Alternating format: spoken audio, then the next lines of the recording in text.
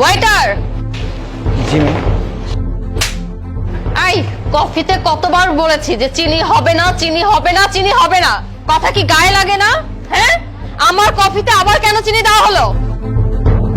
Excuse me madam, এভাবে রেস্টুরেন্টের মধ্যে কেন সিন ক্রিয়েট করছেন শুধু শুধু?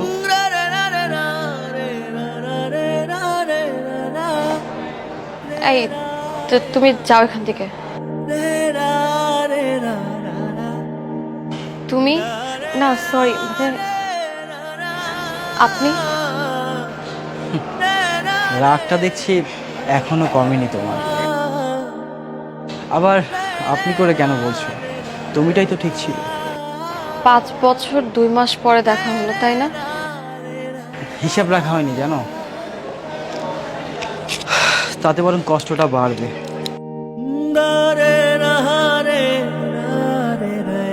প্রেশার কি তোমার এখনো হাই? না, লো।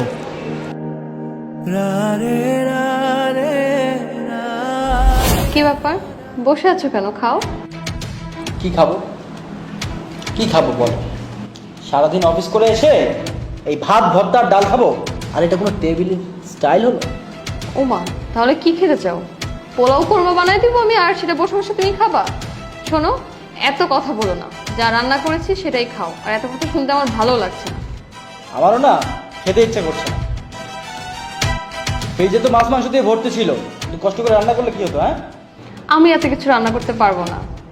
যা রান্না করতে পারি সেটাই করেছি। খেলে খাও, না খেলে না খাও। নিজের রান্না তো নিজেই খেতে পারো না, আমি কি খাবো?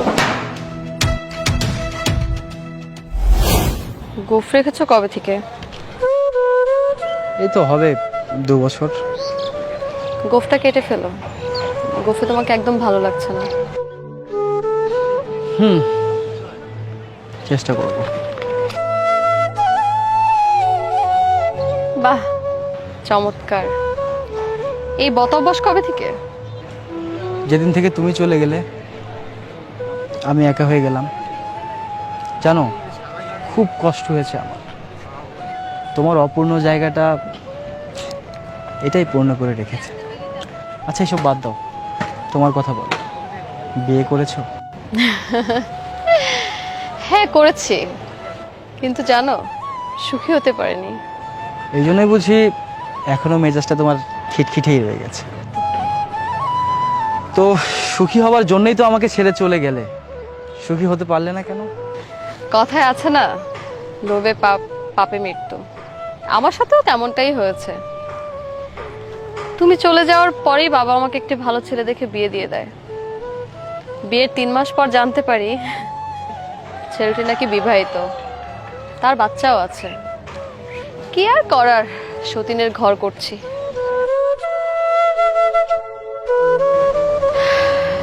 তা তুমি চুপচাপ কেন?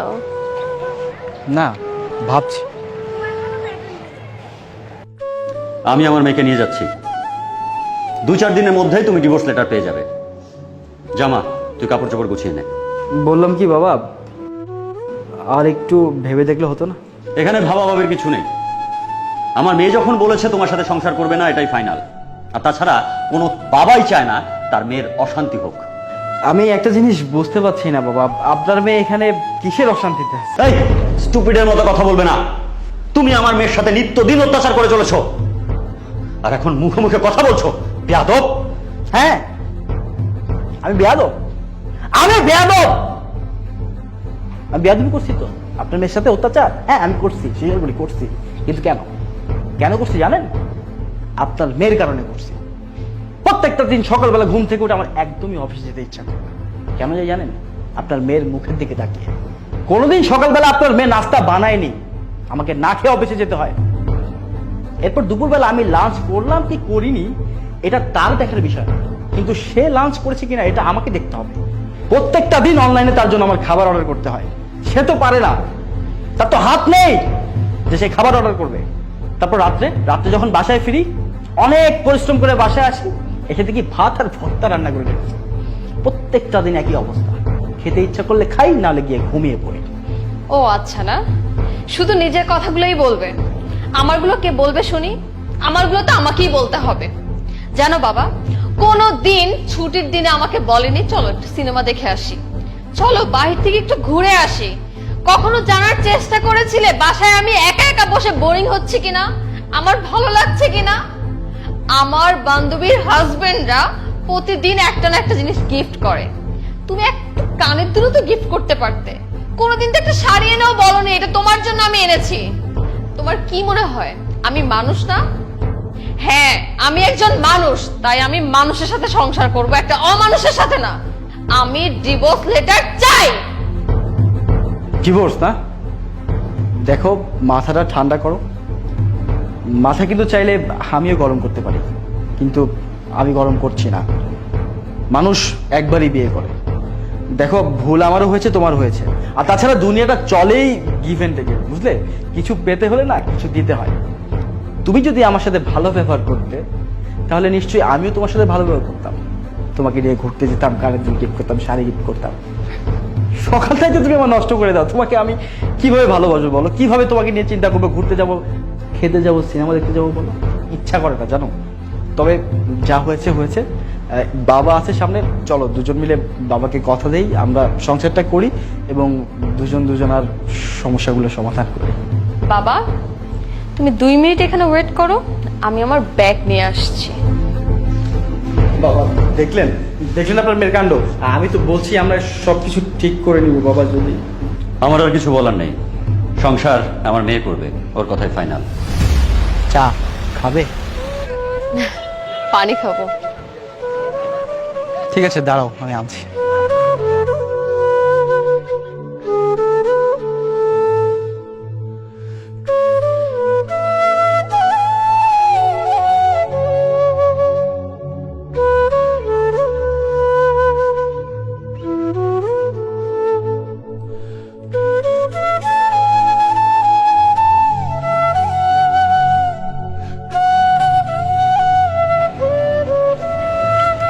হ্যালো, এই হারামির বাচ্চা, কোথায় রে তুই?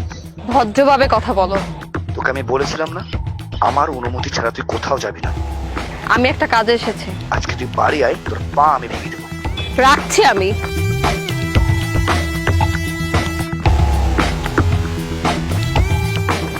পানি।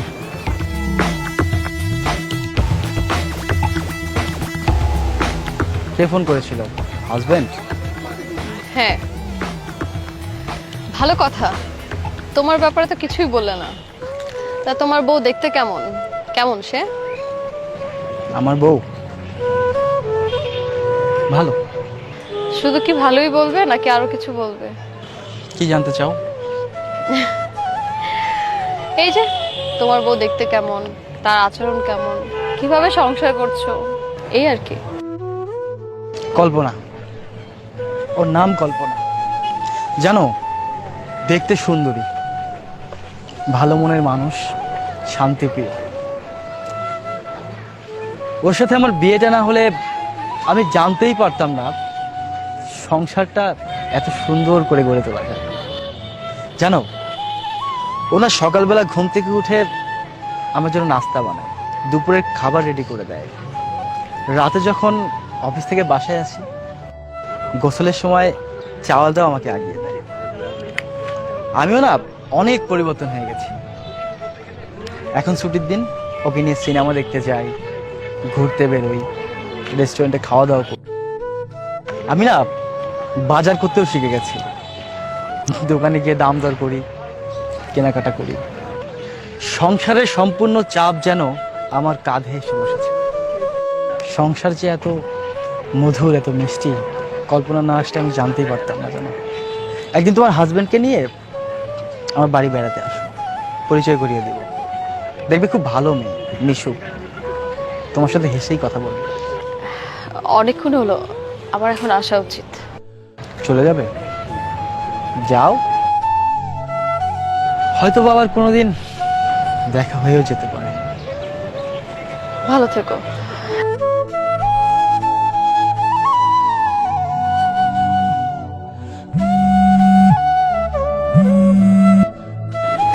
হ্যাঁ মা, বলো। শোন বাবা, তোর জন্য একটা পাত্রী দেখেছি। বিয়েটা কিন্তু তোকে এ মাসেই করতে হবে। আচ্ছা মা, তোমাদেরকে কতবার বলবো আমি বিয়ে করব না? বিয়ে করবি না মানে সারা জীবন কি একাই থাকবি নাকি? জানি না মা, রাখছি।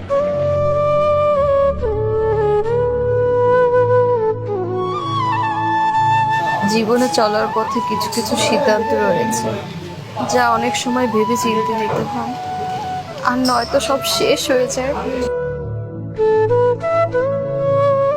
কল্পনা তো শুধুমাত্র আমার কল্পনা। যতদিন বাঁচবো তোমার স্মৃতি আঁকড়ে ধরে বাঁচবো। আমি যে এখনো তোমাকে অনেক ভালোবাসি রিয়া, অনেক ভালোবাসি।